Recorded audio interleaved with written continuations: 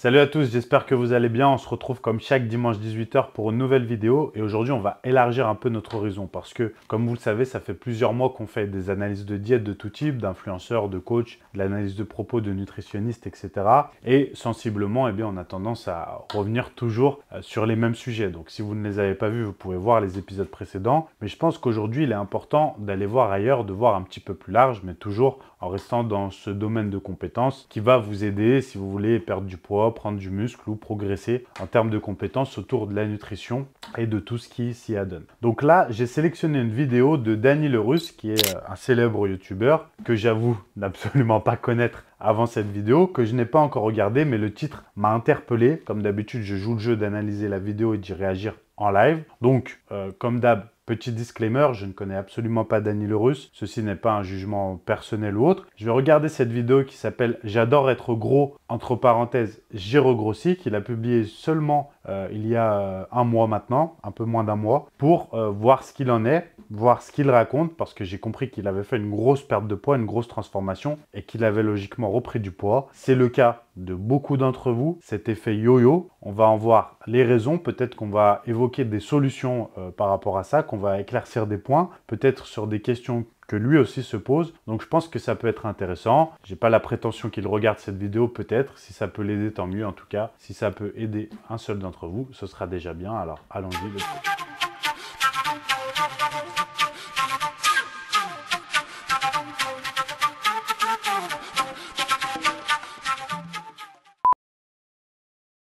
Alors tout d'abord j'ai été très gros, hein, ça a dérangé personne. Alors c'était très rigolo, mais très fatigant de porter tout ce poids tous les jours. Je transpirais comme un malade, aucune meuf ne voulait de moi. Donc j'en ai eu marre, j'ai pété un câble et j'ai maigri de 40 kilos en 4 mois. Vous avez sans doute vu la vidéo passer.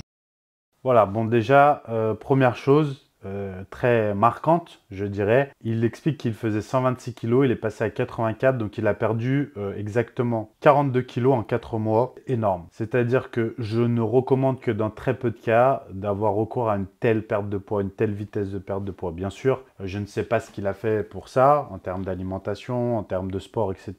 Mais perdre aussi rapidement va forcément avoir des conséquences physiologiquement parlant, psychologiquement aussi parfois, selon la méthode que vous employez. Et il va être très difficile, sans doute que ce sera le sujet majeur ici, comme vous l'avez compris avec le titre, de maintenir cette perte de poids et d'avoir en fait acquis des habitudes saines sur l'alimentation, mais aussi sur la pratique sportive et la psychologique, c'est-à-dire la vision que l'on a de l'alimentation en ayant été aussi vite. C'est très rare les gens, et je le sais parce que, vous savez, si vous suivez cette chaîne, j'accompagne depuis plus de 12 ans des dizaines de milliers de personnes qui sont dans ce cheminement, donc je parle vraiment par expérience au sens très large du terme. C'est très difficile d'encaisser une telle rapidité, une telle transformation sur plein de plans, psychologiques, physiques, physiologiques, etc. Ceux qui sont déjà passés par là pourront sûrement en témoigner dans les commentaires, ça peut être bien. Donc je vous recommande d'y aller doucement. Une perte de poids, essayez d'y aller doucement. Ça ne veut pas dire que vous devez mettre 2 ans à perdre 40 kilos, mais là, je trouve ça très rapide, même si c'est remarquable mentalement d'être capable de faire ça. Bravo bien sûr, mais voilà, je tiens à le dire tout de suite. Mais je me suis pas arrêté là, hein. Non, j'ai encore maigri de 10 kilos. Et donc en tout, en 6 mois, j'ai perdu 50 kilos. Voilà, je ne sais pas si vous vous rendez compte, 50 kilos en 6 mois, soit pratiquement 50% de son poids de corps. Il faisait 126, j'exagère un peu, 40%, en tout cas une très grosse partie. C'est énorme. Voilà, ça demande un déficit calorique énorme, une activité physique très importante, soit l'un, soit l'autre, soit les deux. Donc forcément, ça a des répercussions. Il est impossible qu'une telle perte de poids n'ait pas de répercussions par la suite, qu'il faut solidement encaisser. En tout cas, je ne sais pas s'il l'a fait seul. Il faut être très solidement encadré médicalement par des professionnels, etc. parce que les répercussions peuvent être importantes. Après moi, perso, je m'aimais bien, mais apparemment, je faisais peur à tout le monde quand j'étais comme ça. Donc j'ai commencé à manger un peu plus et surtout à me muscler, parce que j'ai perdu tous les muscles. Alors ça, c'est un autre sujet. Je vais m'arrêter souvent, excusez-moi, mais il dit des choses très intéressantes. Il a dit « je faisais peur à tout le monde lorsque j'étais comme ça ». C'est un facteur déterminant, c'est-à-dire qu'on sous-estime souvent à quel point le regard des autres peuvent influencer nos propres décisions. C'est-à-dire qu'on a, nous, une certaine vision, un certain idéal de ce à quoi on voudrait ressembler, mais parfois on s'en éloigne totalement et on abandonne certains objectifs ou on sort de certaines habitudes alors qu'on était bien, d'une certaine routine, de par le regard des autres qui devient trop lourd et donc on va changer. Et ça, c'est quelque chose vraiment à remettre en question parce que si vous voulez, quand il faisait 126 kg, qu'il était ce qu'il appelle gros, c'est moi lui, est-ce qu'il était critiqué? Vous le savez, oui, très certainement. Et on se rend compte que quand il perd du poids ensuite et qu'il a un poids de corps et une apparence qui est mince, alors ça nous paraît excessivement mince par rapport à avant, mais c'est la transformation qui est choquante, mais en soi, on connaît tous et toutes des gens qui ont cette apparence physique-là. Eh bien, les gens, là aussi, vont le critiquer. Et en fait, c'est la transformation qui paraît choquante. Après, est-ce que l'un ou l'autre est plus sain? Bon, là, on parle d'une transformation sur le long terme, mais c'est plus sain de base de faire 75 kg avec un taux de masse grasse donc plus faible, si tant est qu'on ne mesure pas 2,20 m, parce que sinon on serait très amaigri, mais là ça ne semble pas être son cas, plutôt que de faire 126 kg avec un taux de masse grasse important. Au niveau de la santé cardiovasculaire déjà, c'est un point qui est fondamental. Donc il ne faut pas sous-estimer cet aspect mental et je pense que c'est à travailler. Je le sais parce que j'ai fait l'inverse de lui, c'est-à-dire que j'ai fait 53 kg, j'étais anorexique, je subissais le regard des autres, puis j'en ai fait 104, j'ai été bodybuilder, je subissais aussi le regard des autres. C'est pas le même, certes, mais est-ce que les gens ne critiquent pas dopé, ah t'es trop musclé, ah si ça, les critiques viennent quand même. Donc il faut bien retenir ça. Si vous vous attendez à plaire à tout le monde, ça ne marchera pas. Donc comme on dit, l'expression est très bonne pour ça, plaire à tout le monde, c'est aussi plaire à n'importe qui. Et je suis arrivé à un de mes poids préférés, donc 85 kg, un peu musclé. Il y a un petit côté OSS 117. Hein. Donc là, on le voit, je trouve personnellement qu'à 85 kg, il est très bien, c'est très joli. Il s'est musclé. Donc on voit aussi l'importance de perdre du poids, c'est une chose, mais comme je le dis souvent, le poids, ce n'est qu'un chiffre. Ce qui compte le plus, c'est la composition corporelle. Qu'est-ce que la composition corporelle? Ça porte son nom, de quoi est composé votre corps. C'est-à-dire que pour un certain poids, on peut avoir deux apparences totalement différentes au même poids. Parce que dans un cas, on peut avoir beaucoup de muscles et dans l'autre, beaucoup de graisse et moins de muscles. Et là, on le voit, si vous revenez en arrière à ces photos quand il faisait 84 et là où il fait 85, il y a 1 kg de différence et pourtant le physique n'est pas du tout le même parce qu'il a pratiqué la musculation qui est sans aucun doute la meilleure activité pour changer physiquement, pour être moins gras, plus musclé. Pourquoi? Parce que vous pouvez sélectionner spécifiquement ce que vous allez faire, ni plus ni moins, et adapter la résistance sur une certaine, ce qu'on appelle surcharge progressive, progression de séance en séance, etc. Et corréler tout ça avec l'alimentation. Mais je ne l'ai pas gardé très longtemps, non. Parce qu'en fait, du coup, j'ai eu mon infarctus et je suis parti à l'hosto. Et avec la bouffe de l'hosto et surtout pas d'exercice physique, j'ai encore perdu du poids. Donc là ensuite, petit point noir, malheureusement on voit qu'il a eu un infarctus. Dieu merci, il a l'air de bien aller, espérons qu'il se soit remis à 100%. On va continuer, je ne vais pas faire de conclusion hâtive, mais vous voyez qu'il y a plusieurs steps et là il y a un infarctus. Est-ce que c'est arrivé par hasard? Selon moi non, mais on va étudier ce qu'il va dire après un peu plus en détail. Peut-être que ma perte de poids radicale a été une des raisons de mon infarctus aussi. Et à la sortie de l'hosto, on m'a interdit de faire du sport pour mon cœur et on m'a dit de me reposer. Alors, intéressant, il demande est-ce que la perte de poids a été une raison radicale de l'infarctus? C'est très intéressant parce que comme j'ai déjà expliqué, une fois on m'a posé la question est-ce que les protéines sont dangereuses pour les reins? J'ai répondu que non, j'ai expliqué plusieurs choses vis-à-vis des études scientifiques, etc.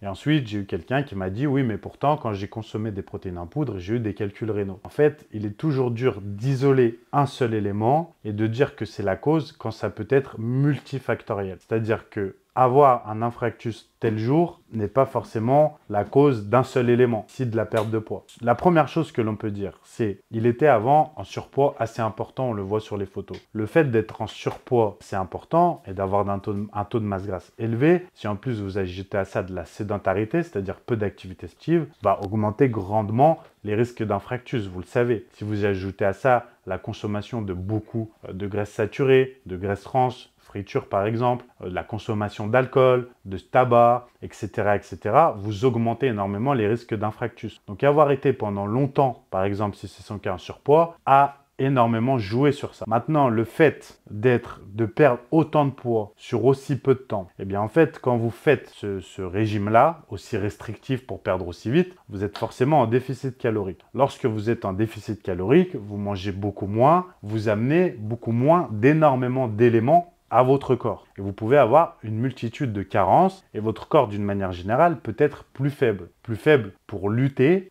contre toutes les attaques extérieures, le stress, etc. En plus de ça, la perte de poids, le déficit calorique rajoute un stress important à votre organisme. Donc, est-ce que tout ce que j'ai dit précédemment et ça mis bout à bout augmente les risques d'infarctus et d'accidents cardiovasculaires? Selon moi, oui, énormément. Maintenant, est-ce que c'est la seule cause? Ça peut être aussi, en plus de ça, c'est un gros youtubeur, peut-être beaucoup de travail, beaucoup de choses comme ça, une prédisposition aussi peut-être. Voilà, il y a plein de choses qui peuvent être mis bout à bout.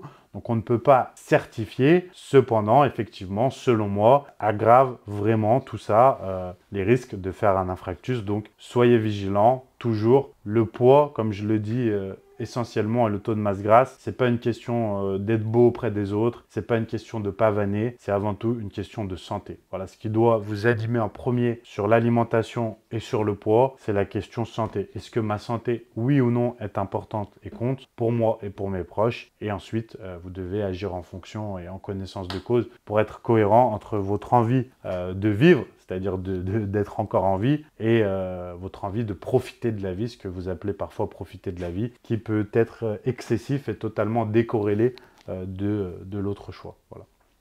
Sauf que je suis allé chez mes parents pendant la période de Noël. Comment tu veux te reposer à part bouffer? Forcément j'ai bouffé et j'ai regrossi. J'ai pris 20 kilos et je suis arrivé à 95 kilos en à peine 1 mois, 2 mois.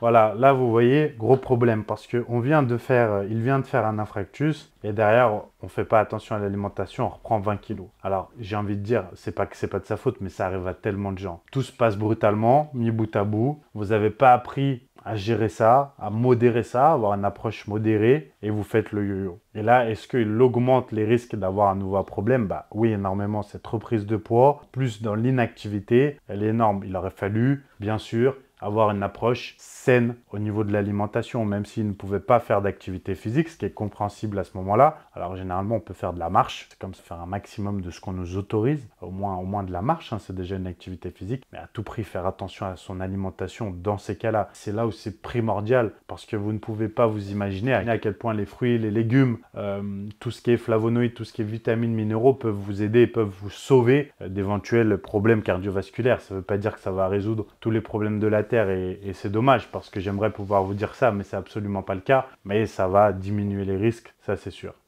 Puis on m'a réautorisé à faire du sport, donc j'ai repris un peu la course, tout ça, et donc j'ai reperdu du poids tranquillement pour me remettre un peu en forme. Et depuis quelques mois, je me suis fiancé et j'en ai plus rien à foutre. Ah ouais, parce qu'à la base, j'ai maigri pour trouver l'amour. Maintenant que c'est fait, pourquoi je devrais me fatiguer? Voilà, donc là on voit. Vous voyez, bon, c'est cliché, il fait forcément exprès, il en rajoute pour la vidéo. Mais c'est très intéressant d'entendre ça parce que beaucoup de gens raisonnent comme ça. Et en fait, là, on voit tout le problème, c'est de voir toujours les choses court terme et d'être toujours dans le même cercle vicieux qui est que un poids, ça se maintient. C'est-à-dire qu'à un moment, si vous êtes arrivé à ce poids-là, vous devez apprendre à maintenir. Et maintenir, ça ne vous demande pas les mêmes efforts du tout qu'être au régime. Pour maintenir votre poids, vous n'avez pas besoin de toujours peser et d'être dans l'hyper-contrôle. En fait, c'est juste une question de gestion. C'est comme quand vous gérez votre compte en banque. Vous ne dépensez pas plus d'argent que vous en avez, théoriquement. Sinon, vous êtes à découvert et vous démarrez tout le temps à découvert et c'est le piège et la banque s'enrichit et vous êtes foutu. Là, c'est un petit peu la même chose avec les graisses. Donc, il faut avoir cette gestion intelligente des choses, des calories, de vos activités physiques. Là, j'ai fait un peu trop d'excès, donc je vais réduire, etc., etc.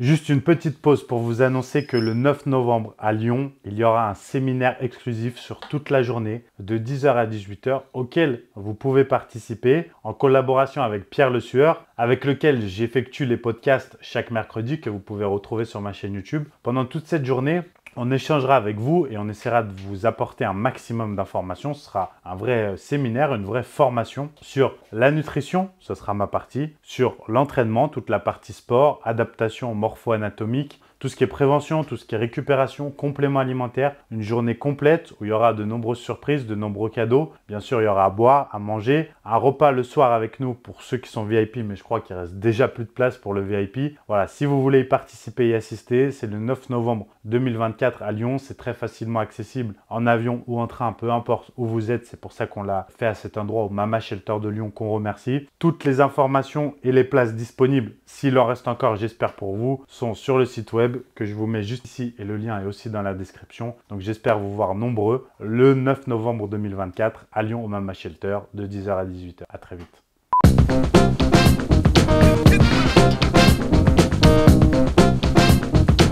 Puis attendez, moi toute ma vie j'ai voulu ressembler à DiCaprio. Maintenant que c'est fait, je peux vivre en paix. C'est vrai que souvent je croise des abonnés qui me disent « Mec, merci beaucoup pour ta vidéo sur la perte de poids. Tu m'as aidé à perdre du poids, moi aussi, à me mettre au sport. » Franchement, comment ça me fait plaisir d'avoir aidé des gens, d'avoir donné un exemple concret. Et ben avec cette vidéo, je vais faire de même. On va parler de comment s'accepter et avoir un poids idéal. Parce que franchement, vaut mieux regarder une vidéo d'un mec comme moi, qui a été gros, qui a été maigre, qui a connu les extrêmes, qui peut bien vous conseiller.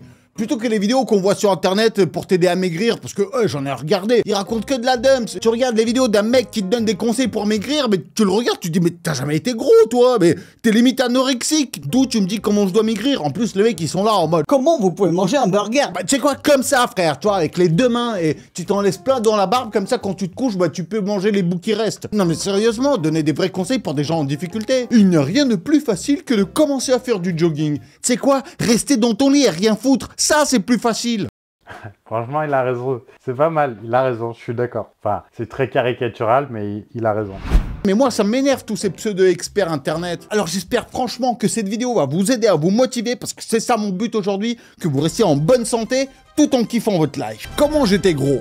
Comment être gros? Alors c'est vrai que c'est un peu comme demander comment avoir une barbe, c'est juste, tu te laisses faire. Tu fais rien. Tu te laisses aller et ça vient tout seul. Y a rien de plus simple. Alors c'est vrai, avec la vie du youtubeur, tu sais, où je bossais H24, j'étais toujours devant mon ordi, je commandais à bouffer tout le temps, je bouffais n'importe quoi, surtout, je vous ai dit que j'avais des petits côtés addictifs dans ma vidéo sur l'alcool. Donc forcément, je suis devenu accro à tout ce qui est gras. Donc tous les gens en surpoids qui me regardent là, et je vous comprends de ouf. Je peux vous dire, qu'est-ce que j'ai bouffé.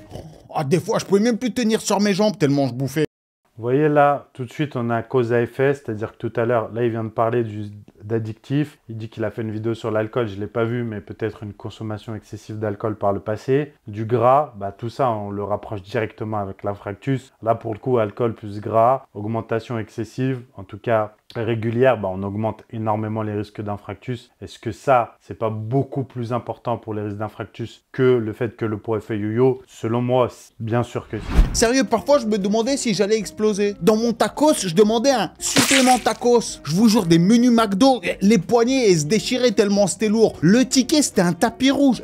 Je pouvais le dérouler pour marcher dessus jusqu'à chez moi tellement c'était long. Je vous jure, le nombre de fois où je commande des sushis, je reçois et dans le sac, il y a 5 baguettes. Genre, les mecs, ils se sont dit que c'est pour 5. Oh, vous me sous-estimez, les gars. Oh, c'est ouf quand même à quel point notre cerveau, il est accro à la bouffe grasse. Tu sais, le fast-food. Tu peux marcher dans la rue et d'un coup, t'es en mode... Oh, ça sent le McDo. Tu sais même pas où il est, mais t'en as envie. Jamais ça va t'arriver où tu marches dans la rue et t'es là... Oh, ça sent le chou-fleur vapeur, ça. Non? Limite, ça peut t'arriver, t'ouvres le frigo, t'es là... Ah, ça sent les choux-fleurs vapeur. J'ai pas mangé, que je l'ai laissé dans mon frigo pendant 2 semaines. Bah oui, ça se mange pas des légumes comme ça. Je vous jure, j'ai des légumes, ils sont en dépression dans mon frigo. Tu sais, quand ils me voient bouffer une pizza que je viens de commander, alors que eux, ça fait 2 semaines qu'ils sont en train de mourir dans mon frigo, ils sont là en mode... frère, et nous, tu nous manges quand? Il me manque la moitié de mon corps. Et tout ça, bon, ça a beau être bon. J'ai passé des bons moments de ma vie avec la bouffe grasse. Mais c'est vrai qu'au niveau de la santé... physique, ça a détruit ma vie sociale. Déjà, je me sentais pas du tout attirant. Je transpirais tout le temps, vraiment des gouttes qui tombaient de moi. Tu sais, je traînais plus avec mes potes parce que tout ce qu'ils faisaient, bah moi, j'étais fatigué à le faire. Donc, à un moment donné, je me suis dit, allez, ça y est, stop, on va commencer à maigrir. Et vu que j'adore les excès, bah, j'ai commencé à maigrir en excès. Voilà, donc là, très intéressant parce que C'est très souvent ce qu'on observe, c'est-à-dire que si par exemple vous êtes dans une mécanique d'addiction comme ça, qui se rapproche très souvent des troubles du comportement alimentaire, de ce qu'on appellerait hyperphagie, boulimie, où finalement vous mangez tout le temps à l'émotion et non pas à la faim, c'est-à-dire qu'il n'y a plus aucune raison là-dedans et on ne mange plus pour le besoin physiologique d'alimenter son corps pour les divers tâches qu'on a à faire dans la journée, mais on mange ses émotions et on mange tout le temps par envie et par plaisir. C'est une très bonne chose de se dire aujourd'hui j'ai envie de manger ça, aujourd'hui j'ai envie de manger ci, mais ça ne fonctionne pas comme ça. Si vous êtes constamment en train de réagir selon ces émotions-là et à vous faire plaisir constamment, si vous avez des goûts en plus qui dérivent vers la junk food sans jamais aucune raison de vous dire bah non là faut que je mange ci, là faut que je mange ça, c'est illogique. En fait, vous devez le réfléchir à comment vous aimeriez nourrir votre enfant pour qu'il soit en bonne santé. On ne parle pas de poids, en bonne santé. Comment est-ce que vous éduquez un enfant et vous lui apprenez à manger? J'espère pour vous et pour votre enfant que le midi et le soir, vous lui apprenez qu'il faut avoir des légumes dans son assiette. Il faut manger des fruits et que à 4 heures, effectivement, on peut manger des goûters qui sont pour les enfants en général, mais on n'en mange pas au dessert du dîner, par exemple. En tout cas, c'est ma vision à moi. J'espère que vous suivez ces préceptes-là, mais voilà, qu'on a cet équilibre tout simplement. C'est le même que vous devriez avoir, mais parfois on a tendance à le perdre parce qu'on se dit « je suis adulte, après tout, allez vous faire foutre ». Je fais ce que je veux. Effectivement, vous faites ce que vous voulez, mais en fait, tous les choix que l'on va faire vont avoir des conséquences positives et négatives. Et le négatif, il est là, il vient de l'évoquer. Comment j'ai maigri? Ouais, donc j'ai décidé de perdre 40 kilos. En fait, c'est comme si dans ma vie, j'avais réalisé que j'avais trop de poids. Et trop de bonne humeur apparemment. Parce que oui, quand tu perds du poids, tu perds de la joie de vivre. Allons-y, soyons tristes, mais elcistes. Alors j'ai sorti ma vidéo qui avait un peu choqué sur internet, j'ai reçu plein de réactions des médecins qui ont fait des vidéos là-dessus, des mecs qui m'ont encouragé, des gars qui m'ont insulté, qui m'ont dit que j'avais perdu tout mon talent. Apparemment ma drôlitude était dans mes kilos en trop. Alors c'est vrai que niveau santé je me sentais beaucoup mieux, j'étais beaucoup plus énergique, j'ai arrêté de transpirer, mais faut pas se leurrer. Quand t'es maigre, il y a plein de points chiants. Les gens, quand ils te voient, ils te disent genre « Oh, mais t'as maigri, t'as le cancer ou quoi ?» C'est marrant que pour les gens, c'est quand t'es maigre que t'es malade. Alors quand t'es fat, tu te dis « Oh, un bon vivant ça, il vit bien !» Ouais, là, c'est très, très intéressant ce qu'il dit. C'est très souvent le cas. J'ai énormément de clients qui me disent ça. Encore une fois, on parle du regard des autres. Et c'est juste une question de mentalité et d'éducation parce que, voilà, ça vient surtout de nos grands-parents qui fait qu'il faut qu'on mange bien à table, il faut qu'on se porte bien, il faut qu'on ait des bonnes joues pour être en bonne santé. Voilà, c'est comme ça, c'est des visions un peu archaïques de la composition corporelle, du poids et de la santé. Il faut essayer, nous en tout cas, de faire changer ça. Et via ce genre de vidéos qui font énormément de vues, ça peut aider. Donc sur ça, c'est très positif. Et c'est vrai qu'il faut faire attention à ça, mais tu peux avoir des vrais problèmes de santé quand t'es maigre. L'anorexie. T'as l'anorexie où c'est comme si ton corps il devenait un videur super strict qui refuse tous les plaisirs. Hop, hop, hop, hop, hop. Ah non, désolé, vous êtes beaucoup trop délicieux. Ça va pas être possible pour vous ce soir. C'est une soirée VIP. Very ignoble popote. Hey, ça va le chou-fleur? T'es bienvenu à les bien sûr rentre, mon pote. J'ai jamais été vraiment anorexique, heureusement. Mais je pense qu'à un moment, j'étais vraiment pas loin.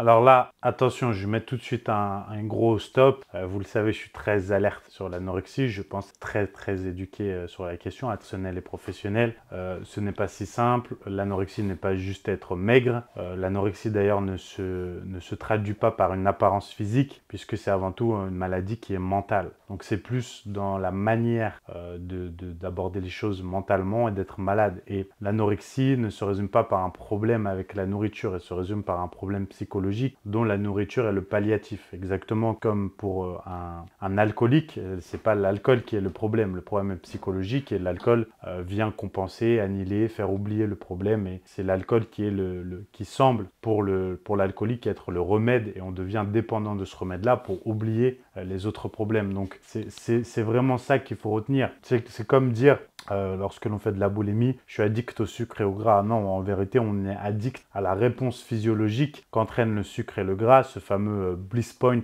quand vous mélangez sucre, gras et sel, où ça déclenche, si vous voulez, les hormones du plaisir. Et donc, vous en demandez plus. Pourquoi? Parce que ça vous soulage. Souvent, vous faites ça quand vous êtes mal, triste, seul, quand vous vous ennuyez. Et ça va être un palliatif. Donc, il il faut bien faire attention. Pourquoi? Parce que je dis toujours aux gens que j'accompagne qui parfois malheureusement ont des TCA assez graves. Alors je les accompagne, je ne suis pas psychologue, comprenez bien, hein, vous avez bien compris sur quel domaine j'interviens, je ne m'improvise pas ce que je ne suis pas, mais j'ai une certaine expérience et vision des choses que je partage avec eux. Et je dis toujours que ce qu'il faut bien comprendre, c'est que si on ne met pas un nom précis et qu'on ne comprend pas précisément ce à quoi on se confronte, on ne peut pas gagner un combat. On ne peut pas gagner un combat quand on ne connaît pas parfaitement son adversaire. Donc c'est très important de comprendre précisément son problème et l'anorexie pour ne pas se tromper. Parce qu'il n'y a rien de pire que d'essayer de guérir l'anorexie ou la boulimie en se concentrant uniquement sur l'alimentation. Vous allez pouvoir comme ça vous battre toute votre vie. Et d'ailleurs, j'en ai plein d'entre vous qui m'écrivent sur ça. Vous allez pouvoir vous battre 30-40 ans malheureusement contre l'anorexie et la boulimie. Que ça ne marchera pas si vous pensez que le problème est l'alimentation. Le problème est psychologique avant tout. Le mal-être, quel est-il? Eh bien, pour nous tous, ce sera des raisons différentes. Par exemple, moi, le mal-être principal était la relation que je n'avais pas avec un père que je n'ai pas eu. Voilà, c'était mon mal-être de mon adolescence qui m'a amené vers l'anorexie, que j'ai réussi à guérir avec les années, avec le temps. Eh bien, vous, ça peut être d'autres choses. Ça peut être parfois des choses graves, même des abus sexuels, des violences, etc., etc. Il faut arriver à passer outre ça, à vivre avec ça, apprendre à vivre avec ça, à guérir, à parler de ce traumatisme, à aller de l'avant. Et vous verrez qu'ensuite, vous placez un cadre, des habitudes et l'alimentation, c'est ensuite plus le problème. C'est vraiment une relation totalement différente. Donc ne vous trompez pas, faites-vous accompagner par les bons professionnels qui sont bien souvent dans 95% des cas, 99% des cas, avant tout des psychologues, des psychiatres, plus que des nutritionnistes ou des coachs sportifs. C'est avant tout le psychologue et le psychiatre, c'est vrai, qui est le référent dans ce domaine-là. Parce que j'étais rendu où j'étais à 1500 calories par jour. 1500 calories par jour, c'est la ration d'un prisonnier au goulag. Voilà, donc pour son poids, effectivement, 1500 kcal, c'est critique. Ce qui explique la perte de poids aussi rapide et rejoint ce que je dis au début. Quand vous êtes aussi bas aussi longtemps, eh ben, vous ne pouvez pas maintenir la perte de poids. Impossible. C'était, s'il avait travaillé avec moi, je lui aurais dit d'avance, Denis, c'est bien, mais ça va mal finir. En tout cas, ça va mal finir. Ça ne sera pas sain et tu ne pourras pas maintenir ça sur le long terme. Et ce sera très très difficile après pour tout un tas de raisons, comme je l'ai dit au début, avant même d'avoir regardé la vidéo, puisque comme je vous le dis, je joue le jeu vraiment en direct de réagir. Et c'est vrai que moi, j'ai beaucoup maigri en faisant des jeûnes comme ça. Donc quand tu manges pas, bah forcément, tu maigris. C'est mathématique. Mais là où j'étais un peu déçu, c'est que ton corps, lorsque tu maigris, il commence pas du tout par la graisse. C'est le dernier truc dont il se débarrasse. Parce que quand tu t'arrêtes de manger, tu te dis ça y est, la graisse, elle va fondre direct.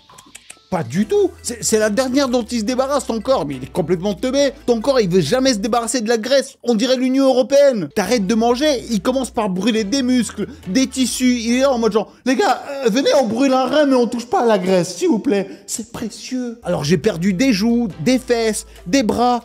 Mais mon ventre, il m'a dit, frère, moi je suis avec toi jusqu'au bout. Tu vois, tous ces traîtres, les joues, les fesses, ils sont barrés. Mais moi, je reste avec toi. C'est pour la vida. Alors là, intéressant. Pourquoi est-ce qu'il a perdu de tout le reste et pas du ventre?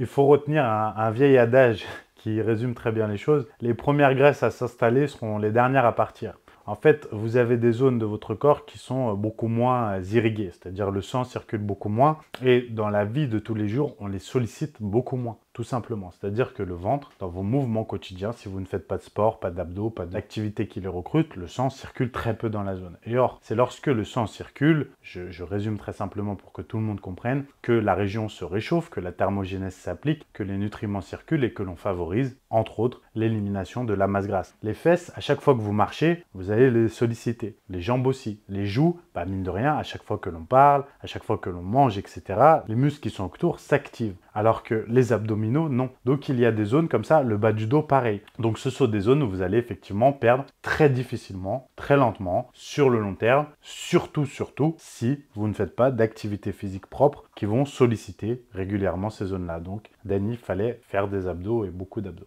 La boulimie, c'est encore un autre extrême où en fait, t'as tellement envie de manger, mais t'as tellement honte de manger, comme moi quoi, en fait, que tu manges et après tu te fais vomir. Donc, je vous jure, j'ai fait ça. Je commandais des McDo, puis je me dis, je suis pas bien, et je faisais exprès de tellement manger beaucoup pour qu'à la fin, ça me fasse vomir.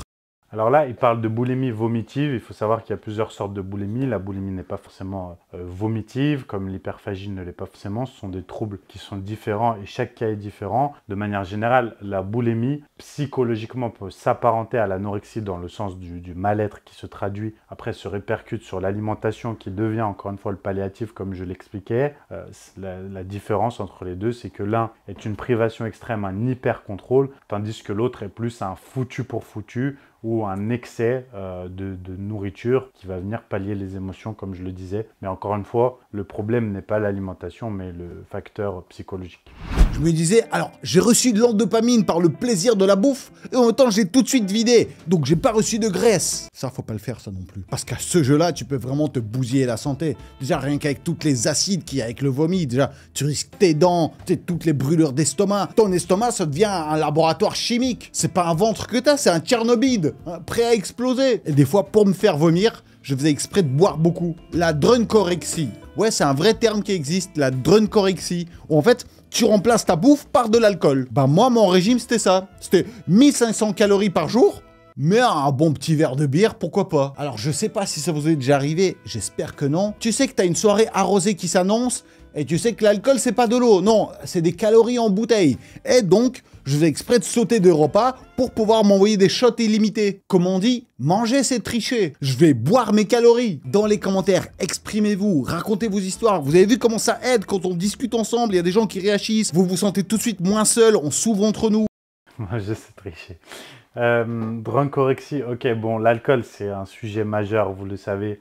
C'est à boire avec modération, extrême modération. Je comprends parfaitement le côté plaisir, etc. On n'est pas ici pour apporter des jugements, mais l'alcool, au-delà du côté plaisir, n'apporte absolument rien de sain. Les seules pauvres études scientifiques qui, soi-disant, mettaient en avant les bienfaits de l'alcool sur les flavonoïdes dans le vin sont en réalité issus du raisin et non pas du vin. C'est quand même différent de manger du raisin et de boire du vin, enfin je pense. J'ai fait une vidéo détaillée sur le sujet de l'alcool que je vous mets juste ici. Si vous voulez un peu plus de renseignements, vous allez sur ma chaîne YouTube, vous tapez alcool et vous tomberez tout de suite sur la vidéo. Voilà, il faut comprendre que ça a une multitude de répercussions au-delà de la perte de poids sur la santé bien sûr, et que quoi qu'il arrive, vous aurez beau compenser en ne mangeant pas, ça finira mal. Et là, sans aucun doute que malheureusement, l'apparition de l'infractus va être grandement encouragée. Encore une fois, ça ne veut pas dire que c'est la seule et unique cause et que ça arrive à tous les coups à cause de ça, par la consommation d'alcool qui, je pense, vous en êtes tous conscients, sinon vous êtes dans le déni, ce qui peut être assez dangereux. L'alcool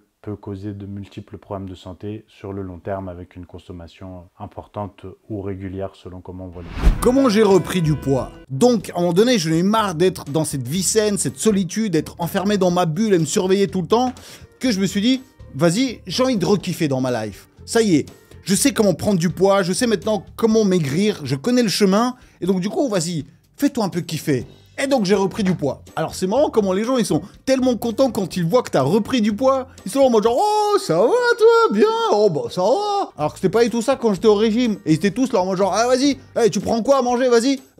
Non je suis au régime, allez ça va régime. Et tu sais quoi, c'est moi qui paye, allez personne ne regarde. Depuis quand c'est si c'est pas toi qui paye, tu prends pas de poids.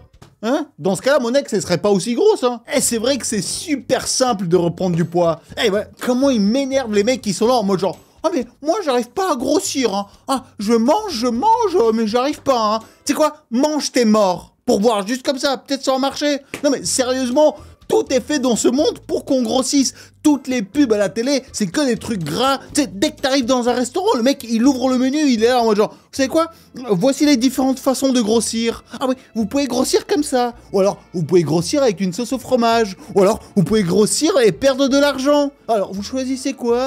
Donc là, passage sur la reprise de poids, on en a déjà parlé assez longuement. Ce que l'on pourrait noter ici, c'est que plus vous allez accumuler de frustration dans votre manière de perdre du poids, plus votre régime va être restrictif, que ce soit via un total calorique trop bas, via un choix d'aliments trop restreint, ce qui n'est pas intelligent non plus de manger toujours la même chose, plus vous allez envie de vous lâcher complètement après. En fait, c'est juste une logique de vie. Plus vous accumulez de frustration et plus quand ça va exploser, bah, ça va faire mal. C'est comme quand vous retenez votre colère contre quelqu'un, vous retenez. Et à un moment, quand on dit la coupe est pleine, c'est la goutte d'eau qui fait déborder le vase. Bah, au lieu d'avoir une réponse proportionnelle et modérée, on explose, on dit des choses que l'on pense pas, on fait des actes que l'on regrette, et ben c'est la même chose. Donc c'est pour ça que je prône et je prônerai toujours, au-delà de ceux qui veulent vous vendre du miracle et des méthodes magiques qui peuvent fonctionner, parce qu'il suffit de faire comme il a fait, arrêter de manger très peu et puis faire d'excédents de sport. Ben, je prône la régularité, la stabilité et l'intelligence. Si vous n'avez pas le temps de faire ça, ben ne le faites pas, parce que sinon ça finira mal. Les gens, quand ils me croisent maintenant, ils me disent tout le temps genre « Ah, t'as bonne mine, ah, t'es rayonnant !» Eh, soyons honnêtes, la bouffe, c'est la vie. J'ai redécouvert la vie à nouveau. Bon, c'est vrai que c'est pas facile de s'accepter. Moi, tous les jours, je me regarde, je me dis « Ah, mec, t'es trop gros, vas-y, maigris. » Mais le fait d'avoir trouvé l'amour de ma vie, je vous jure que ça aide. Ça aide à s'accepter, à se trouver beau, à se dire, vas-y, juste profite de ta vie, rayonne de bonheur au lieu d'essayer de rayonner de beauté. Je vous le souhaite tellement à tous de trouver votre destinée, je vous jure, ça change une life. Aujourd'hui, j'ai confiance en moi, beaucoup plus que quand j'étais maigre. Et aujourd'hui, avec le recul, j'arrive pas à comprendre pourquoi on vit dans cette société où il faut être dans les normes. Parce que oui, officiellement, il n'y a pas le droit d'être grossophobe, on s'accepte tous comme on est, regardez aux Jeux Olympiques, on met tous les corps qu'il y a.